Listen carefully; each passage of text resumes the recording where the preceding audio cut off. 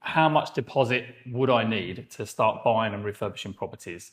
So let's just say, for example, there's a property that you found, it requires light refurbishment. So this might be a refurbishment of say £25,000. On a property like that, a house that you need to refurbish, you'll see that some lenders offer up to 90% of the purchase price. Now that is a gross figure though, 90% is the gross figure. So what you really want to pay attention to is the net figure of what you actually will receive. So if it might say 90% gross, from that you need to deduct the monthly interest. So if it's a term of 12 months, you've got 12 months worth of interest, you need to deduct from that the lender's arrangement fee as well. So typically that 90% gross ends up being 80%, around 82% net. So I would say, as a general rule of thumb, on a light refurbishment project, you're looking at, say, about a 20% deposit to put down, all right, to keep it sort of straightforward. Now, if you're looking at a heavier project, let's say, for example, you're going to take a property that's currently commercial and you want to turn it into 2 flats and there's planning permission in place to do so.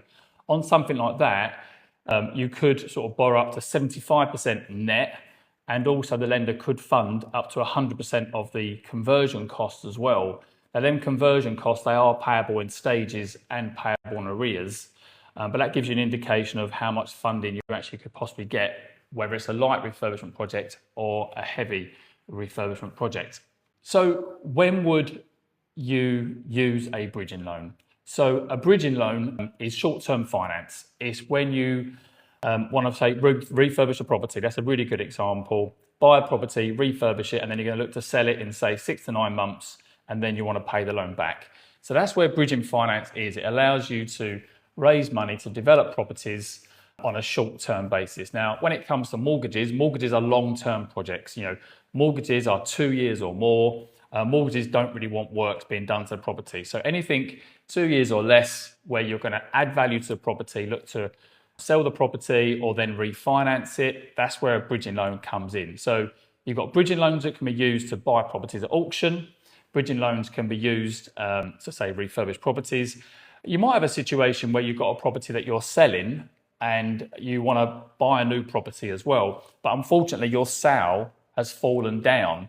A bridging loan could step in, raise the money that you need to allow you to buy the new property, and then you pay the bridging loan off when you sell the property in the next 2 or 3 months, hopefully. So bridging loans have a real range of ways to help you achieve your goal.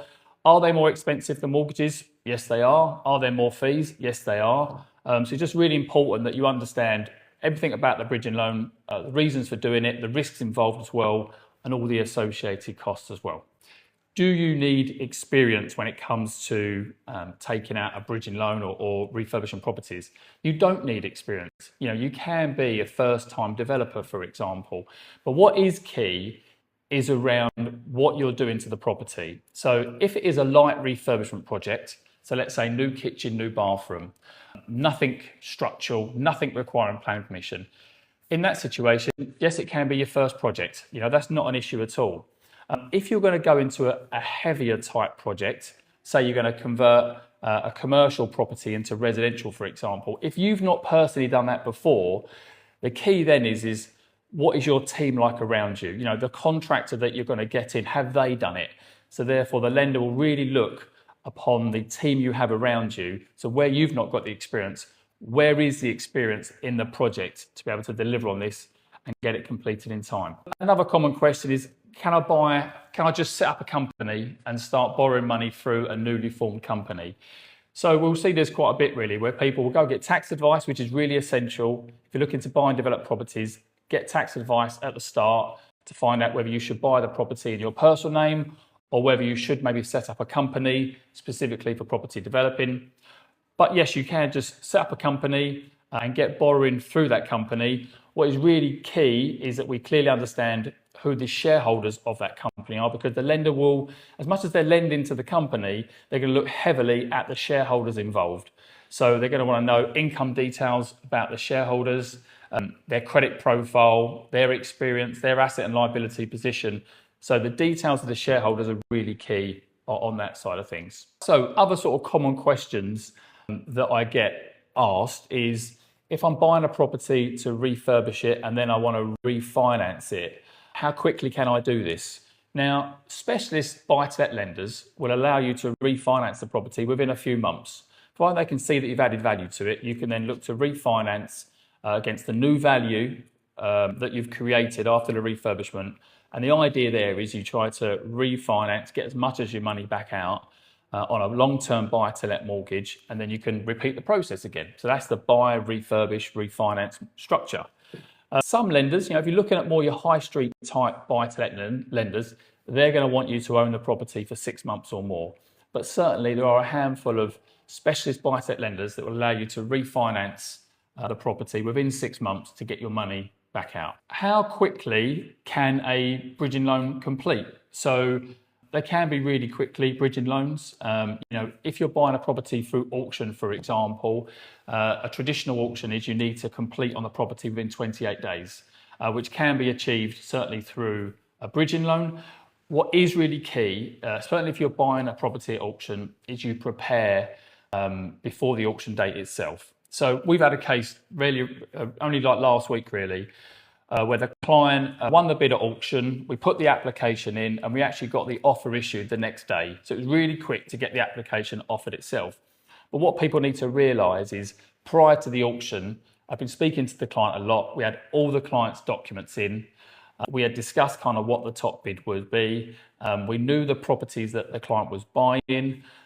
They qualified for an online valuation. So we was very much geared up. So if they did win the bid, we could put the application in straight away. And like I say, when we put the application in, we'd upload all the documents straight away. We knew it passed for an online valuation of the property and the offer came out literally the next day. So therefore, it's straight into legals now. And if you're going to go through and buy a property at auction, it's really important that you have a good solicitor in place who is very confident with bridging loans and certainly done auction purchases before, because they obviously use this deadline and everyone needs to really pull together, be very proactive with getting this over the line on time. So I've made references a couple of times here to light refurbishment and heavy refurbishment projects. So what is the difference? So a light refurbishment is very much cosmetic updates. So kitchen, bathroom, flooring, etc. That is what sort of cosmetic updates is classed as. Nothing structural, nothing requiring planning permission. Heavy refurbishments then comes into things that need planning permission.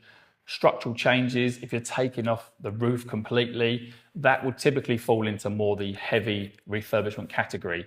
It's important that we know exactly from the start what type of project this is going to be, and then we can then price it accordingly, because say you will get different rates and different amount of borrowings depending on whether it's a light refurbishment or a heavy refurbishment project. Okay, can you raise 100% of the purchase price? The answer to that is yes, but you need to have additional security. So we've had it before where a client is buying one property, but they've also got additional security, another property they own as part of their portfolio. So we was actually able to spread the borrowing across both properties, which essentially allowed us to raise 100% of the purchase price. So you can borrow 100%, but you need additional security for the lender to lend against. They won't lend 100% only on one security. Do bridging loans have any early repayment charges? A lot of the ones that I do, they don't have early repayment charges. So let's say, for example, we do a bridging loan over a course of 12 months, which gives you plenty of time to refurbish and maybe sell. If you are able to sell the property in, say, 8 months, most of the time you can redeem the loan 8 months and you only get charged 8 months worth of interest.